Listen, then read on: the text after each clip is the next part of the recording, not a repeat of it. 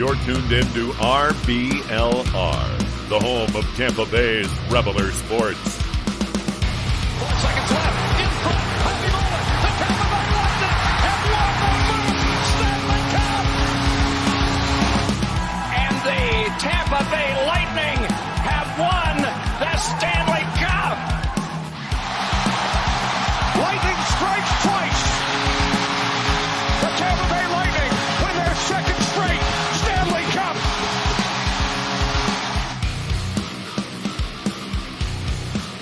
Hello, everybody, and welcome back to the RBLR Lightning Podcast. As always, my name is Jake Ricker. Alongside me, it's Joe Zamataro, it's Matt Cannon. Guys, welcome back to the show.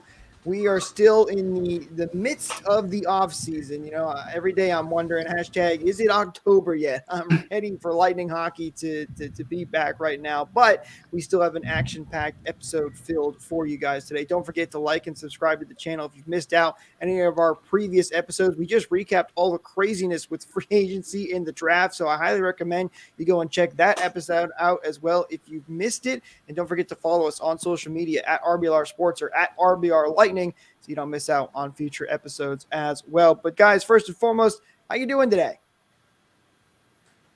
I'll start off doing pretty well. Here's something I want to talk about. Like, the weather's been absolutely insane the past week and a half, hasn't it? It's like 100 degrees outside, or it's a monsoon, one or the other. Yeah, we are in the dog days of the Florida summer and the dog days of the NHL summer as well. Depending who you are, I don't know. It's like my favorite time of the year and simultaneously least favorite time of the year. So I'm between a rock and a hard place with how I'm doing. I usually don't mind the heat, but it has been very hot as of late. But I'll tell you what else is heating up is development camp, and it's fully underway, getting the preseason moving. And there's some things to talk about when it comes to development. Go into it too much because only really they had a 3-on-3 tournament, but the players are starting to get acclimated and things are starting to get underway. And I'll leave you guys with some notes that Chris Kren tweeted out. If you're not following him already, don't know what you're doing, make sure you're going to follow him for great Lightning coverage. He's the main guy to go to. But basically, the Team Kucherov was the one that won the 3-on-3 tournament during the development camp. Lucas Edmonds and Ilsa Usa led the Bolts in scoring with 6 goals each in the 3-on-3 tournament. Chris also said that Iman Powell had some unreal hands for a defenseman specifically, and Nick Capone had a really impressive shot throughout the weekend. So a couple players there maybe to keep your eyes on as we move out throughout the rest of the preseason and training camps and all of that fun stuff. So a couple of guys to keep your eyes on there. And hey, the Bolt Report did do an interview with Lucas Edmonds, which is going to be coming out tomorrow, probably the same day as this one comes out as well. So be sure to go over and check that out, talk with Lucas Edmonds as well. The other news we have to quickly mention here as well is Tanner Jeannot, who is a restricted free agent who got the qualifying offer, is going to be going to arbitration with the Lightning, and his date is set for July 24th. And basically all this means is that these two, Lightning and then Tanner Jeannot, are going to go to a third party. Both of them are going to present their cases for the amount of money that they think they should be making, and then a third party kind of decides middle of the pack is usually how it works. This does not mean, though, that they can't make a deal before the arbitration date, so these two sides can still continue negotiating. But as of right now, it just means that the two sides haven't been able to come to an agreement. An arbitration date has been set. But we'll have to wait and see until July 24th on what that contract could be. I don't know about you guys, but I am really excited to see what this contract is going to be. We talked about so much about Jeannot and the big trade and all the crazy things that go along with it. And I'm ready for Jeannot to be signed because I think he's going to be a big piece for the Lightning moving forward here. But he better be signed with how much JBB gave up for him. That was definitely an acquisition that they're hoping that would last a long time. And maybe that gave Jeannot a little bit of leverage, too, from his side, knowing how much they gave up so he could demand a little bit more. Getting rid of Maroon, freeing up an extra $800,000, that's, not a bad thing when you're on Jeannot's camp, seeing that they've got a little bit of extra money there. But, hopefully he's on something that's relatively friendly because he's still kind of unproven, and he's got a lot of potential on such a good team. And I'd like to see a deal before we get to arbitration. It's always such an awkward process. It's a pretty bloody process if you actually get to it. It's, the two camps explaining, why I deserve more money, or, saying, oh, you're not good enough to deserve X amount of money. It's such a brutal process. I don't really hope to see them iron out a fair deal. I'm not going to say team friendly or player friendly deal, but a fair deal for both sides before it gets to that July 24th date.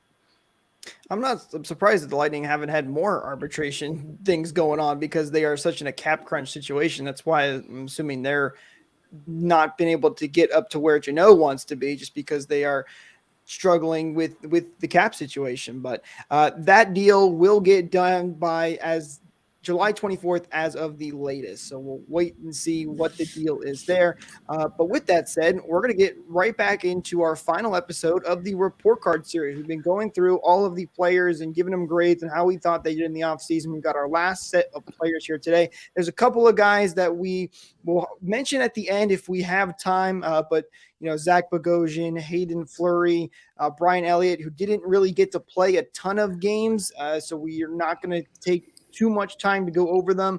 But last three guys that we've got for today. And the first one that we have is Nick Perbix. And Nick Perbix made quite the impact for the Lightning. We always talk about how there's somebody from the AHL that comes up and makes a big impact for the Lightning. And it was Nick Perbix this year. He finished the season with 5 goals, 15 assists for 20 points. He was a plus 11, but forget the stats, guys. I mean, the Lightning, a lot of people talked about before the season, oh, the defense is going to take a big hit. We're losing guys like Ryan McDonough. How are the Lightning defense going to be able to handle this year? And Nick Perbix stepped up in a massive way. He was able to play some top line minutes, and he was absolutely huge for the Lightning. Joe, what do you think about Nick Perbix and his season last year? I mean, that's another guy where superlatives seem to have been thrown, just a crazy amount, because nobody expected anything from him. We thought that we'd have such a huge hole on the defensive end that it'd be insurmountable. And up comes Nick Perbix that, I didn't know anything about Nick Perbix coming into the season, and got to learn a lot about him real quick, because he definitely made his presence felt. Especially with, something we kept saying throughout the season, how calm he was under pressure with the puck, considering the guy had never played in the NHL before. He didn't look out of place at all. Yeah, he was a pleasant surprise, to say the least. I mean, again, like, nobody was expecting, nobody knew the name Nick Perbix, but he really did, take his opportunity and sprint with it.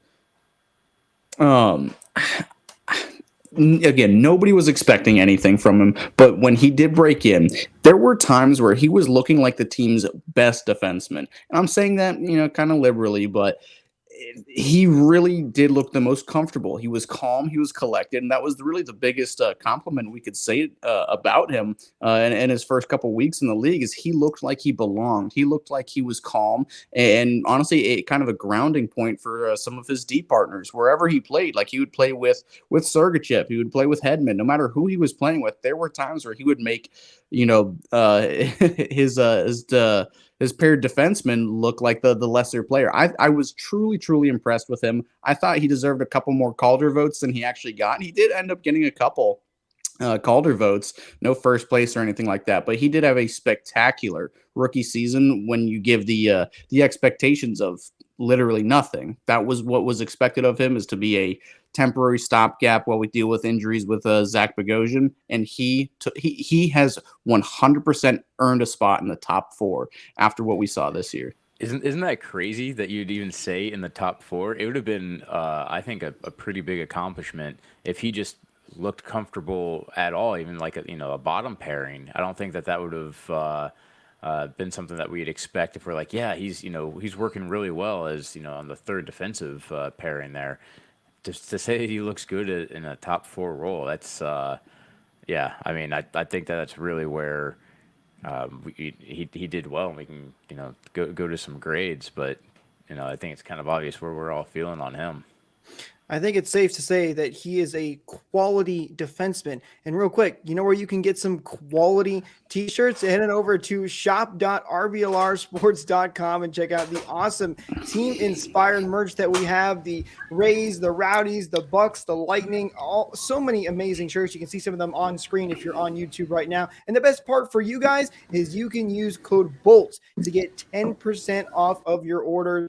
Again, that's code BOLTS for 10% off. Links, as always, in the description. Go over there and check out the awesome shirts that we got over there for you guys. Shop.rblrsports.com. I highly recommend. There's also some hats and stuff, which Matt is always rocking his hat over here on the RBLR show as well. So be sure to head over to shop.rblrsports. Check out the awesome inspired merch. Again, code BOLTS to get 10% off your order. I know we wanted to go to the grades there, but I had to throw that one in there because I thought it was a perfect transition. So not only is it a perfect transition, but some behind the scenes magic. I said to the guys, like, guys, I need a quick second. I got to put eye drops in. My allergies were just blowing me up. And Jake instantly found like the perfect transition into the shop promo to give me a second to step away from the mic. Thank you, sir.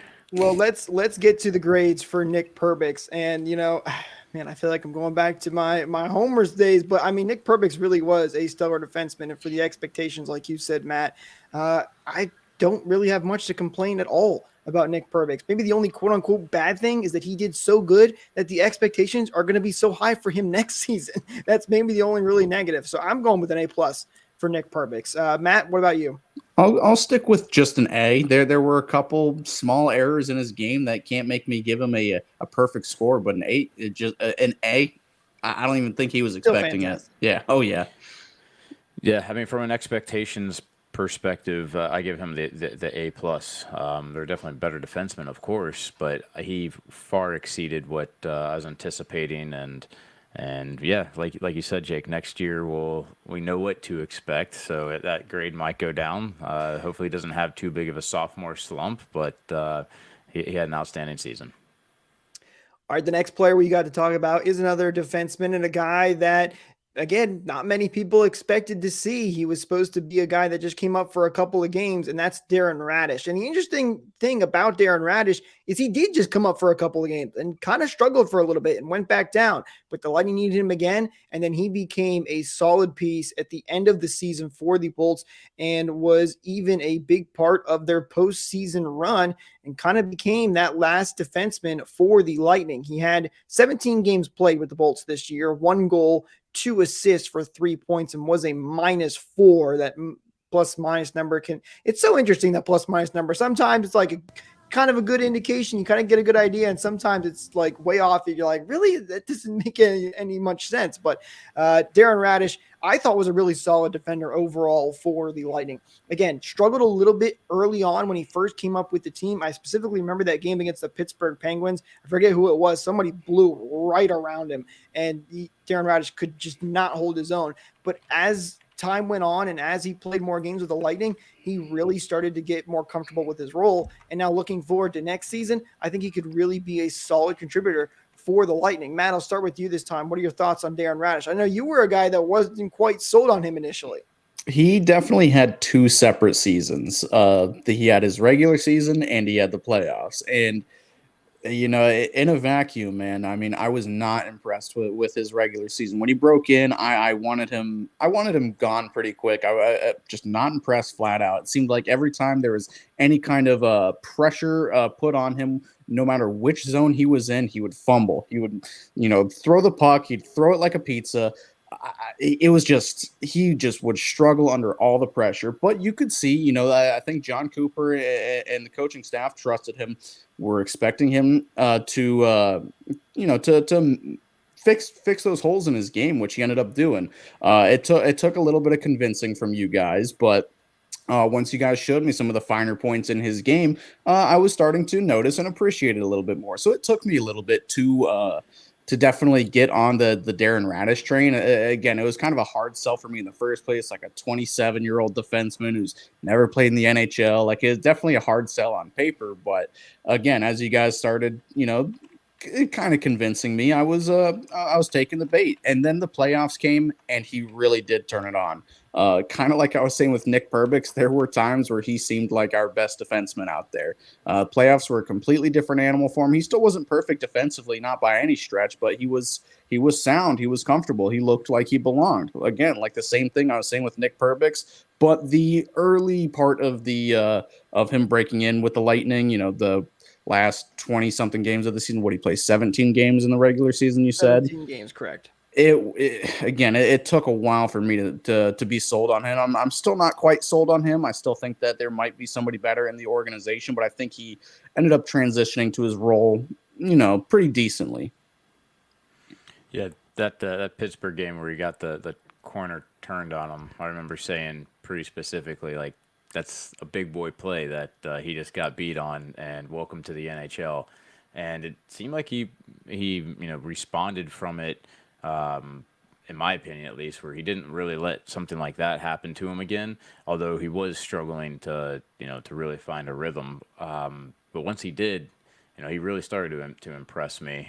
He's an older guy. Defensemen do usually take a little bit longer to get used to structures and being able to read the speed, especially when it comes to the NHL. 27 though that's right around the age that defensemen probably like 29 is probably where a defenseman typically peaks.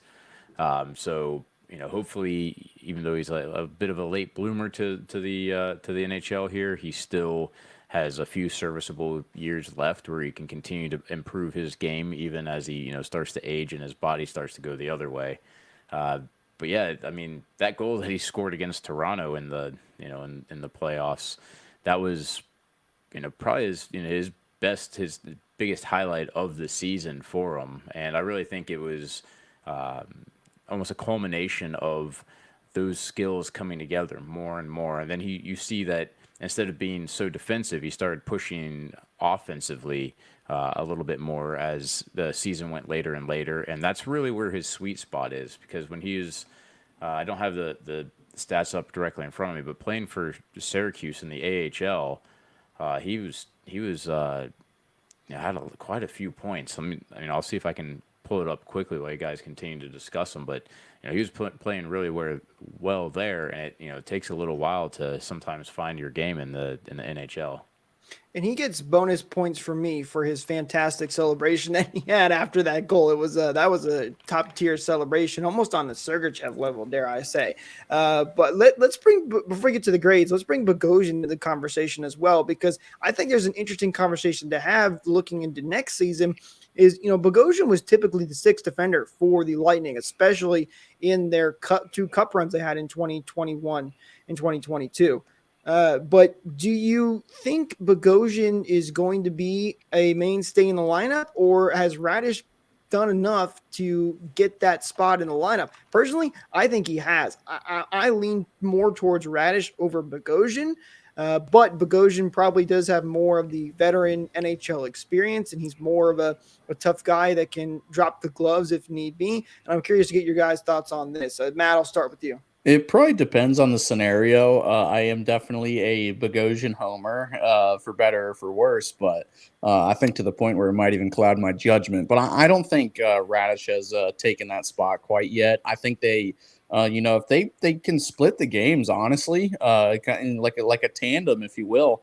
But I think Bogosian still has game left in him. We know what he is, and he definitely has lost a step since his initial run with the Lightning back in 2020. But I don't think Raddysh has completely stolen his spot yet. I think probably the best way to do it, given what training camp and preseason might tell us, is probably just split it down the middle, unless one person really ends up taking the job. And all signs point to Darren Raddysh taking that full-time job, but to be in this situation isn't necessarily a bad thing. Yeah, I think there are two completely different types of players, to be honest. So you can plug them in where the scenario fits best. And as far as I'm aware, Raddysh still has a two-way contract, so he can be sent down if Bogosian ends up playing exceptionally well, and then call him up when you need. And from a salary cap aspect, maybe that's something that they kind of explore a little bit. if it's something that they end up needing to do. I did pull up those points while we were talking. For the crunch last year, he had 50 games played, 51 points, and was a plus 19. So he definitely has some offensive upside to his game for sure. Where when you look at Zach Bogosian, he's definitely more of a shut him down, hit him, going to play defensive hockey. So I mean, you can find a scenario where each of them fit depending on who your opponent is. Well, let's go to the grades for Darren Raddysh. I'm going to go with a C plus. I think it's hard to give him into the B and A range just because he only played 17 games and we didn't get to see a ton of him. But what I did see, I did like, which is why I'm going with a C plus specifically. Joe, what do you got for Darren? I'm going to go with an actual B, and most of that is because, like any good story that you read, you want to see character development in it, and definitely got to see Raddysh mature throughout the year, and that tells a lot of the type of player that he can be. Anyone that continues to push himself, so he gets that solid B. This one's difficult. This one's really difficult for me. I think probably the correct answer is C, but I'm going to have to. I'm obligated to give him a C minus. It is. Wow. I thought you It were going to go in is. the other direction. No. Again, you guys definitely swayed my opinion on him. I do think that there are some good points to his game, and there still is room for him to grow. I want to see what he can do, with a full training camp and a full-ish season for him. I'd like to see what he could do and where he could fit, but I will never, ever, ever, ever, ever in my life live down the fact that he was the last player to touch the puck at all this season.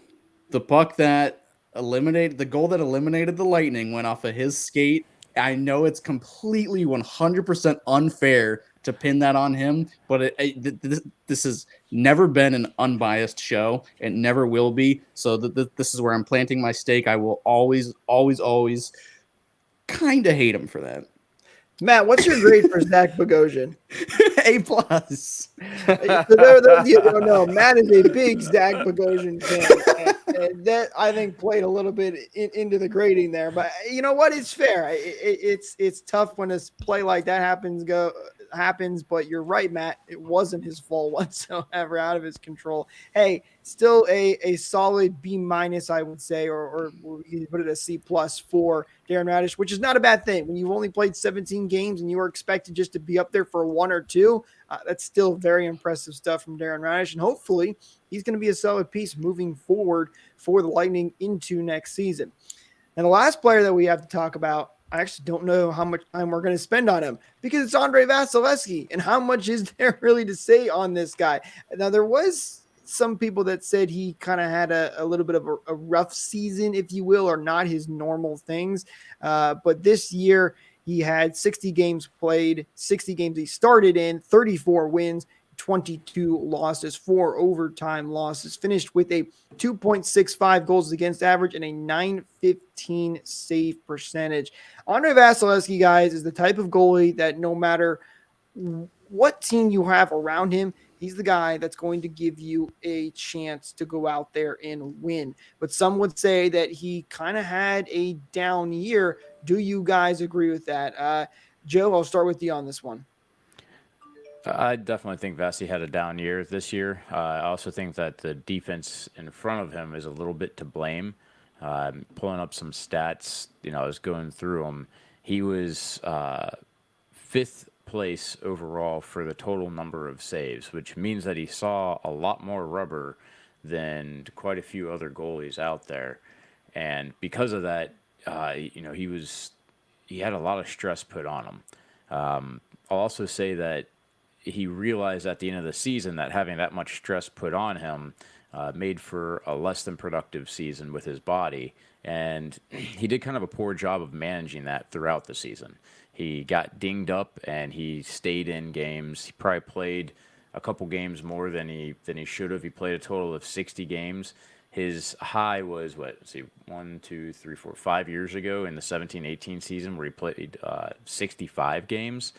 but he's 28 years old, and he's had a couple of little dings here or there. Nothing super major, except for that a couple of years ago he had that like that freak embolism sort of thing that he had going on.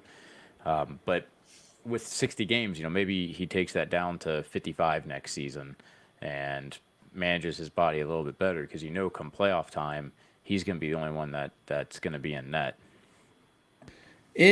Yeah, I hate to say it, but it definitely was a bit of a down year. I mean, still, 915 is still, point 10 percent above league average goaltending. So it's not at all a bad season from him. But just like we were saying, you seem like you have something to say, Joe. But he's not an average goaltender. That's No. That might be league average, but this guy should never be considered league average. Exactly, yeah, and that's kind of what I was alluding to. With the whole report card series we've been doing, we've been grading, relatively. Like I was saying, for Nick Perbix, with no expectations, he gets an A plus or an A. Expectations. That's all the basis that we've had. And with Vasilevskiy, we expect him to not only be one of the best, but we expect him to be the best goaltender. And I'm glad you brought up that stat, Joe, that he faced the 5th most shots in the league, I think. Mm-hmm. And he is regularly up there. I hate the argument that, he just plays behind Tampa's defense and they just do all the work for him. That is such the worst argument in the history of sports. I think the Lightning defense, despite them being, pretty good, they're very active up on the play, I still think that they do let a lot of rubber get to him. Not even just they're active up in the play. Usually they're a very big pushing force for offense, and sometimes that comes back the other way. Exactly, and I think this year was probably one of the worst. I was actually watching highlights of the game today. It was that Buffalo game later on in the season where we just gave them breakaway after breakaway after breakaway. You guys might remember it, and it was kind of a microcosm of the whole season just in that one game. It seemed like there were a lot more chances getting through, but I also think that he wasn't really playing up to our standards. And I think with Vasilevskiy, it's so hard to judge goaltenders, but we expect the best from him. And we're also now 2 cups after, we're always like, oh, he's going to save it for the playoffs. He's saving it for the playoffs. The playoffs were a different animal. I was definitely pretty critical of him, and there is a lot of blame to go around for those playoffs. I don't. All right, yeah. All right, but if you look at Vasi's stats, he was the 19th amongst goalies with over 10 starts for the goals against average. He was 16th amongst goalies with 10 starts for the save percentage, 10th for shutouts, and he's the second highest of third. Carey Price is on this list, but third highest paid goalie in the league. So you expect, Vasi's got to be in top 5 numbers when he's getting paid that much. That's kind of like what the expectation you get when you pay somebody that high of a salary of $9.5 a year. But also, that's what we've seen year in and year out, that he's going to be at the top of those stats. And there are saves this season. The eye test is where I think that he failed us the most beyond stats. And how many times do we see a guy right at the top of the circle skating in, just beat him with like a one-on-one shot? And sometimes it'd be on the short side, which to me is, almost unforgivable. Vasi suffers from expectations because you look at any other goalie and they had these stats, people would be thrilled that their starter was putting up these numbers. But you're right, Joe. There were some moments that I think it was kind of like, this just doesn't seem like our typical Vasilevskiy. You guys are talking about the shots. It's actually not even the year he's faced the most shots. He faced 1,900 shots back in 2017 or 1,900 saves. Sorry. So he's had even more shots come against him. He did start in 4 more games that season. And the other thing I will mention too is you look at the goals against average. There's not that much of a difference between all of his seasons. I mean, his best was a 2.21, and that was the year we only had 42 games played because of COVID. And then his worst was a 2.76, which was 2015, 2016, where he wasn't even the starter. If you want to take that one out, it's 2.65. So really like a 0.4 difference in these goals against average in all these different years. There's really not that big of a jump when we're looking at this, but the expectations are so high for Vasilevskiy that even that small difference makes people think that, oh, he kind of had an off year. He wasn't his normal self. I mean, I really don't think he played that much worse. But from the eye test, man, I'm telling you, there's pucks that he just was not seeing, not tracking, and they're ones that he really should have had. And that's really where my grade more comes from than just the numbers. You know, the numbers across the league for him to drop to like a 10th spot is not normal for Vasi. And then to get beat so many times on one-on-one shots, it wasn't a screen, it wasn't like a cross ice pass or a tip or anything. He just got beat clean, like he was off his game, off his angles.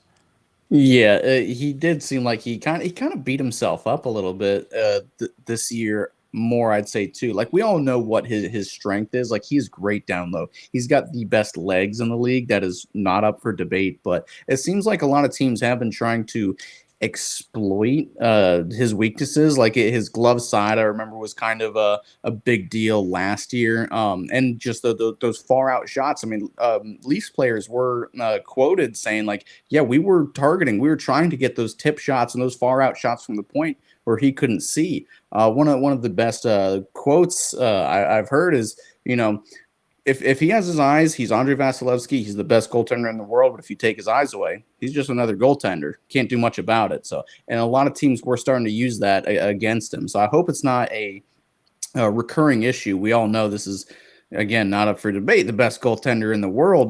But And maybe this is where we also can, just kind of circle back for a second between Raddysh and Bogosian. If you've got guys that are in front of the net, Bogo's the person that's going to help clear out traffic that's in the slot, where Raddysh is more of a guy that's going to try tying up and he's not going to be playing quite as physically. And that shows you the exact thing that we're talking about, where there's different teams that you need sort of different role players with it.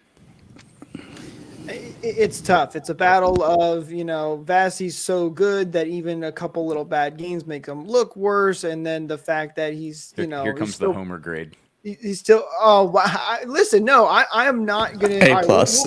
We'll go to the grades, and I am not going to give him an A. I am going with a B plus. I really don't think it was that bad of a season. I still think he still played really well overall. Again, you look at the numbers and it's just not that much of a difference at the end of the day. His playoffs were definitely not his normal self, which I think is where the biggest minus comes in for my grade, but I'm going with a B plus. And I don't think that's unreasonable at all.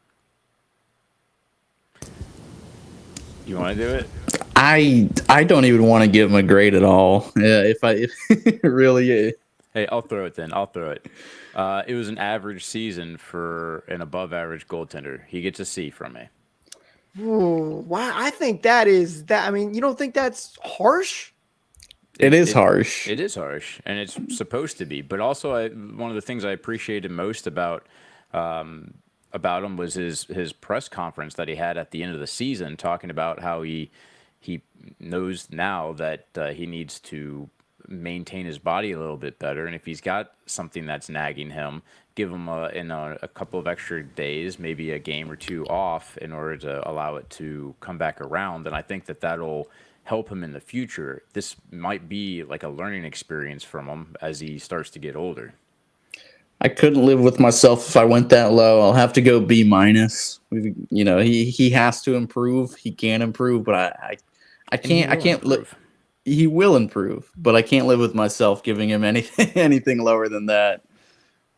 I had a feeling you'd do that, so I knew I had to. That's one thing we've seen throughout this report card series is all of us have been kind of compensating for I got to go a little bit higher because I know Joe's going to take him way down and Joe's going low because he knows I'm going to go too high. But overall, so Joe, you went with a C, and then I went with a B plus. Matt, you go with a B minus. So you average it all out, probably around a B minus there for Vasilevskiy, and which is still a B is a great grade, nothing much to complain about. And I would beg for that in high school. Exactly, and for what he's done over the last couple of years, I mean, can't get mad at Andre Vasilevskiy. He's been the reason the Lightning have won back-to-back Stanley Cups. He made 3 straight final appearances. And Joe, you did mention it. He talked about in his press conference after the end of the season, he knew he didn't have a good season and that he had issues with load management, and hopefully he will be able to bounce back and have a season that we are used to seeing from a guy like Andre Vasilevskiy. And The other thing is, that's what you want out of an elite player, is to recognize their own faults and not have a coach pull it out of them. But he already sees it, is already going to be making adjustments, and you're gonna see him continue to improve and work on his game. Like Matt was saying, where they're targeting his glove hand before, he worked his ass off in order to no longer allow that to be a liability, and he's just going to come back stronger next season. We talked about this in the free agents. Goaltender they signed, who is from Colorado, Johansson, I think it was. He played, a couple of games. I don't know if he's the type of goaltender that is the guy that would take more games to let Vasi have more nights off. I thought that was kind of interesting to me. Maybe they kind of throw Johansson into the fire, like, all right, you're going to play more games than you're ever used to playing. I don't know. I'm curious to see how many games Vasilevskiy actually ends up playing if they're going to try and load manage him this year. Well, I mean, if you are looking at that, looking at the numbers, if he did 60 this season, and we're saying that might be a little bit on the high side, that's already 22 games to your backup. Going to 27 games might be a little bit much, because we figure that you need the backup to ideally let them win half their starts. So now you're talking, let's round it down, 26 games. So you need 13 wins, and if he hasn't had that much success, that might be a kind of a rough spot.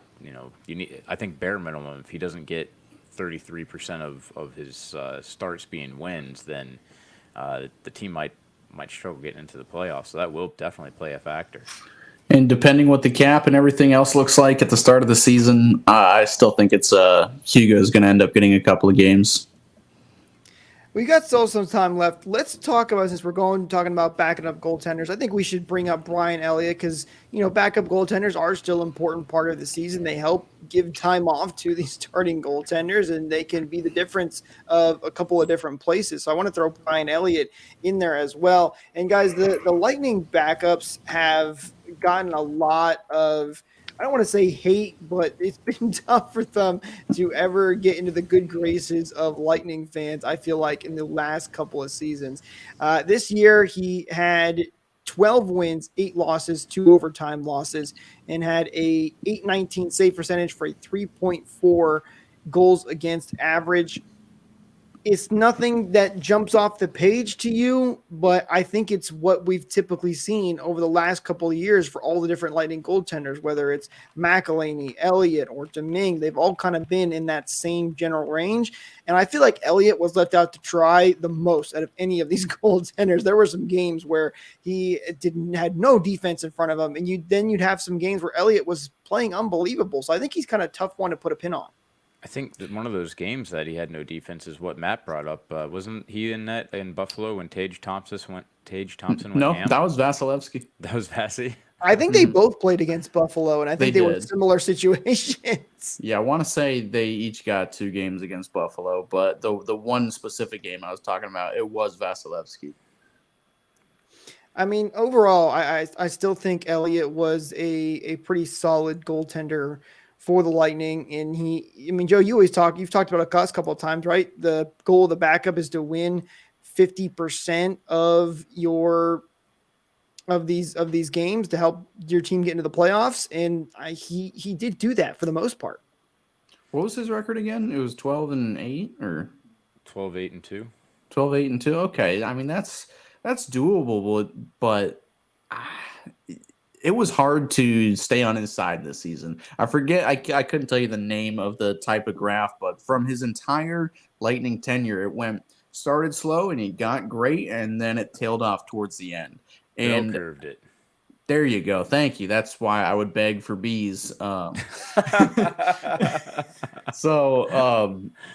And I think that was the kind of the perfect way to describe his tenure with the Lightning. I mean, it really started off kind of rough. He got not great, but he got good. For a backup, there were times last season where it was like, man, should Brian Elliott get some of these starts? Should he get some of these playoff games? I mean, I heard people legitimately saying that in the 21-22 season.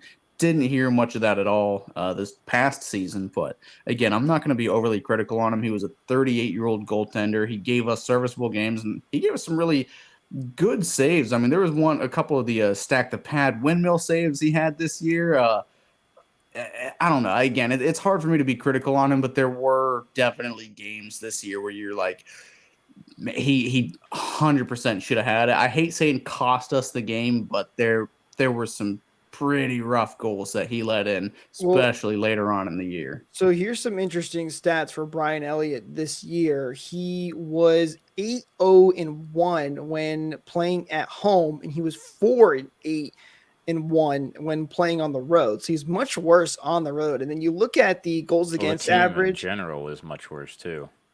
Right. And then just the goals against average. I mean, in those games, like when he did lose, it was a 5.58. When he got the wins, it was a 2.23. You really had two different types of Brian Elliott's. You had the Brian Elliott, kind of like I was saying before, you had the really good Brian Elliott where he had a 2.23 goals against average. And then you had the Brian Elliott who let in a ton of goals and nothing ever went right. Now, granted, some of that, like the Pittsburgh game, for example, that was a disastrous game for the Lightning, and Brian Elliott was in net for that one. So that one I kind of feel like was an outlier. But let's give Brian Elliott a grade. It's tough to grade backups.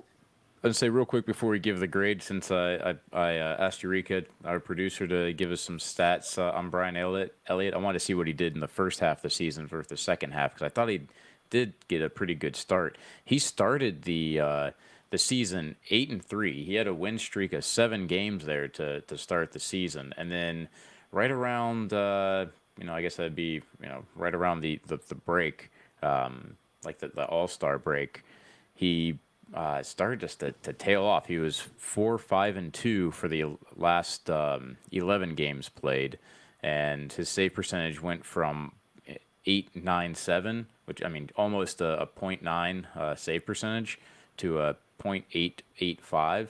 So you could see it in his numbers too that he dropped off quite a bit in the second half of the season there. That's a big difference. Maybe age caught up to Elliott a little bit there towards the end of the season. Although he hasn't officially retired, as I know as of yet, he's still a free agent. So it would be interesting to see if Brian Elliott decides to play another season of hockey. But for the grades, I'm going to go ahead and I'm going to give him a.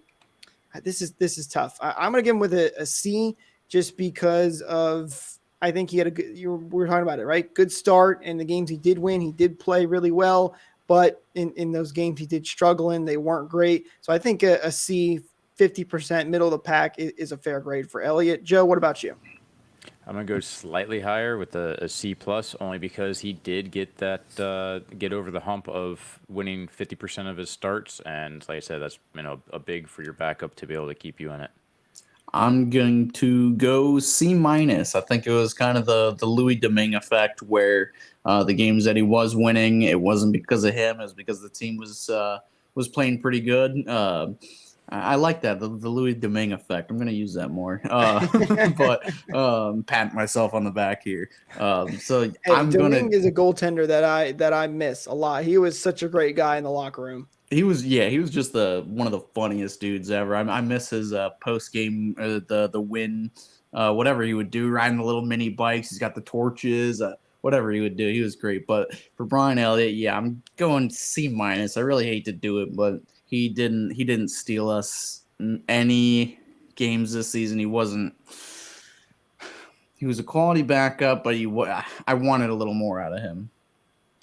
Well, that's going to do it for us, guys, in the report card series. Guys, we went through everybody. We've given out our grades, and now it is officially time, I think, to turn the page and start looking towards next season with the preseason, training camp, all of that stuff coming up right around the corner. Still possibly some free agent signings for the Lightning. Tanner Jeannot's contract is going to be signing soon. Hey, there were some rumors for a little while that the Lightning could sign Tarasenko. I don't know if that's actually something that's going to happen, but maybe we'll have some more fun news to talk about in the next couple of days. Thank you guys so much for tuning in today. Don't forget to like and subscribe on the channel. If you did enjoy these episodes, you don't want to miss out on future episodes. You can follow us on social media at RBLR Sports or at RBLR Lightning. We'll talk to you guys in the next one. Go Bolts!